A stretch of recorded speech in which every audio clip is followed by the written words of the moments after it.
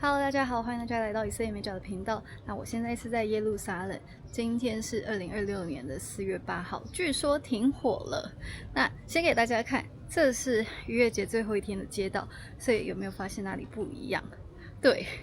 超市还有餐厅这些全部都是关门的，因为逾越节的第1天跟第7天是不能工作的，所以带大家看这个城市安静的一天。平常这里都会有忙碌的工程，今天就是休息，跟第1天一样，基本上像是一个空城。那昨天大概4点多5点多的时候就准备进入安息日。那我少算1天，我以为是今天晚上才会是第7天，没想到昨天晚上就已经是第7天了。还有昨天白天第6天的时候，有带大家先吃最后一次的逾越节汉堡，真的是逾越节期限定。因为在希伯来历、犹太历的算法都是晚上的时候进入到新的一天，所以昨天晚上就进入了第7天，没开。然后这个糕点店也是没开，在这里有写，像今天是4月8号是关门嘛，然后明天4月9号它是早上7点开始，然后呢4月10号礼拜五下午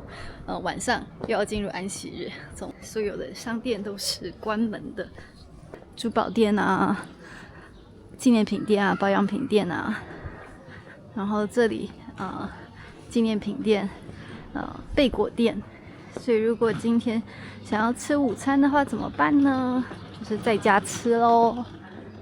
那这个是它逾越节可以营业的证书，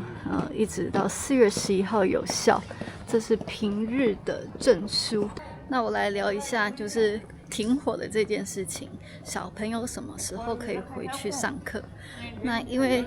昨天1点多的时候跑了一次防空洞，所以那个时候是第一时间看到美国总统川普的消息，就是说有一个双方的停火。然后早上起来的时候就看以色列这边就是讲说以色列会继续在黎巴嫩面对真主党的攻击，但是对于伊朗的部分，以色列就会停止，然后就是2周嘛，然后礼拜5的时候在巴基斯坦伊斯兰巴那边会有能不能长久停火的讨论，所以呢，最快就是可能明天或者是后天，小朋友就会去上课。那因为礼拜5本来就是要进入安息日，然后礼拜6是假日嘛，所以这2天本来就是舅舅的学校本来就不上课，所以可能对我们来说，除非他明天就可以回去学校上课，不然一样也是等到下礼拜。那学校可能的做法就是分流，就是像疫情的时候，第一批学生周几来，第2批学生周几来，可能就会是这个样子。但舅舅的学校跟我们说，他也不知道多少老师会回来继续教，但问题是我们继续缴学费耶。然后他也不知道有多少学生目前还在国内，因为他的这个学校很多是大概一半是国际生啦，然后另外一半是当地的基督徒过去，也有当地的穆斯林过去，所以目前学校也没有给我们任何的计划。那主要也是要等到今天晚上8点教育部正式公布以后，可能学校才会做计划，所以最快真的我觉得是礼拜天啦。然后看到一个有趣的东西给大家看，那这个就是平常的西安广场，为什么没有人呢？为什么变空城呢？就是因为逾越节第7天啊，大家在放假。昨天晚上应该有一个很大的晚餐，就跟逾越节第1天一样，所以大家就是补眠的状态。现在没有任何的车，感觉好像是在一个没有开门的游乐园一样，很漂亮，然后没有人。然后给大家看，这是新的。刚刚我就看这个人一直在看我，原来是你，怎么长得有点像啾啾？阿然后明天就可以吃到好吃的了，这些店就可以重新开了，因为他们就是你看逾越节只有7天，你扣掉安息日还有第1天、第7天，你真的能够开的就是4天，所以很多店就干脆都不开，让员工去放假。这样也不用多付薪水，所以这就是新的一些涂鸦给大家看。还有这个女生很可爱，你在吃柠檬派吗？很可爱，画的真好，你看他的眼睛。那我自己来讲一下，就是如果说今天是停火，那大概就是战争进入到第40天，差不多啦。今天4月8号，所以对，今天就是第40天。那我觉得每一天这样日更，到底达到了什么样的目的？那我觉得可能粗略讲3个方面啦。第一个就是可以辟谣，因为很多人会说啊，以色列灭国啦，然后之类的。那大家透过每一天的影片，其实可以看到，就是以色列人的精神，还有以色列的现况，这些都是很真实，你没有办法好像用 AI 做出来这一些。那现在是放假，所以我就给大家看很真实放假的样子。我没有像一般的媒体，好像一直在虚构以色列的苦难啊，什么动不动就是说什么7000个人死掉啊。其实从战争开始到现在是27个平民丧生。伊朗它从头到尾，从2月28号开始，到今天4月8号。送来了大概1000枚无人机的攻击，还有导弹，这是加总。但是它很可怕的是，它大概60%是上次跟大家说的集束炸弹，所以它有很多的子母弹。那如果以色列它没有把它拦截下来，没有铁穹系统的这种国防的系统的话，那它造成的平民的死伤是很难想象的。那就是因为有国防铁穹系统，然后还有大家会去慢慢就是防空洞，所以才会这么奇迹的数字竟然是2位数，就是27个人。那铁穹系统也有它的限制嘛，它大概拦截90%，因为其实它真的是一个很精密的一个拦截系统，但是它毕竟它不是100%，所以我们才要去跑防空洞。那有时候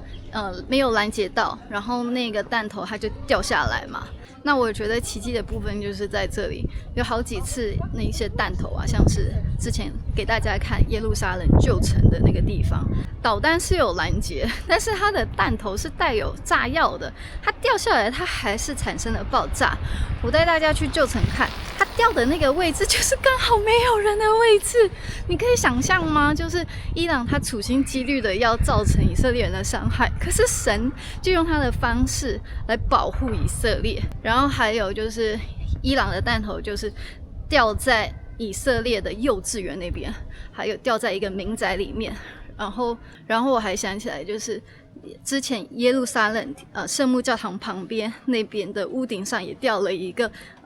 拦截过后的那个残骸。它掉的那个地方，那因为在旧城是没有防空洞的，大家就是找比较坚固的地方去躲藏。那个残骸掉下来的那个地方，那一天那家人他选择躲的房间是另一个房间，所以要是他们躲错地方，其实你今天看到那个死伤的人数又会再加增，所以有好多这样的例子，就是伤亡的人数可以更多，但是就不知道怎么样，当以色列他自己做不到的时候，神帮他们补足了这一块。我觉得我自己讲都很感动，真的是我在这里见证到神是怎么样子帮助这个民族，所以我觉得这就是40天以来的第一个很大的重要性，就是辟谣和见证。那第二个对我来讲很重要的就是给大家增加对耶路撒冷的熟悉感，因为知道说如果战争发生的时候是这样，那没有战争的时候大家就敢来，因为战争结束了嘛，所以大家看这条已经很熟悉的路亚法路，那以后来的时候就会有那种归属感，所以这也是这个频道的一个初衷，就是拉近以色列跟大家的距离。然后第3个对我来讲就是我需要每一天有一个规律生活，这昨天的影片有讲嘛，因为你有固定要做的事情的时候，其实你才是处在一个功能的状态，那才不会有多余的时间想东想西。像我有一个朋友，他就看了很多那个集束炸弹的影片，他说我要疯掉了，你不要再问我战争什么时候结束，我要疯掉了，我看太多不该看的东西。那其实以色列国防的那个安全部也有说，就是你不需要给你的孩子看到很多那种不适合他们年纪的东西，因为新闻大部分那些东西是不是针对小孩嘛，是给成人的啊。当然我朋友是成人啦，只是我也想要讲的概念就是说，这是一样的，就是如果你一直看很多负面的很可怕的东西，那你就会觉得说现实就是这样，那确实是有风险，可是你的生活要继续啊，所以我觉得我每一天这样子日更，对我来讲是像是一个 therapy， 算是一个疗愈的一个过程。那给大家看，这是在路上玩球的人啊，躲避球。那也许下次大家来耶路撒冷就会来吃这一家店，你看里面都干干净净。那我也是真的很感谢这40天以来陪伴频道的每一个人，谢谢你们！哇，那边的天气超好。那这间就是10块钱咖啡的那个店，然后这个就是披萨店，这是战争一开始的时候来吃的。我觉得大家应该有一点回顾过去的感觉，是不是？不过我现在大脑还没有真的接受到停火的这种资讯，我可能真的要小孩回去上课。然后很明确的有一个不一样以后，我的大脑才可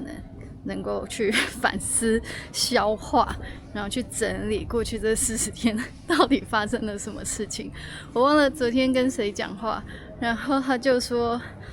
他现在就是只能好好的 survive， 就是活下去，其他的事情他完全没有办法规划，他就是过好每一天，就是在一个 survival mode。那我觉得很多人都是这样啦，在以色列，因为你整个的优先次序不一样，最重要的就是家人的健康，包含你自己的健康，所以太复杂的事情就是大脑是没有办法处理的，等到感觉到安全的时候才会开始处理。我也是这样吧。我补充一下，伊朗它每一次停火，它都还会有小动作，以色列都还是要去躲防空洞啊什么的，所以这次也是，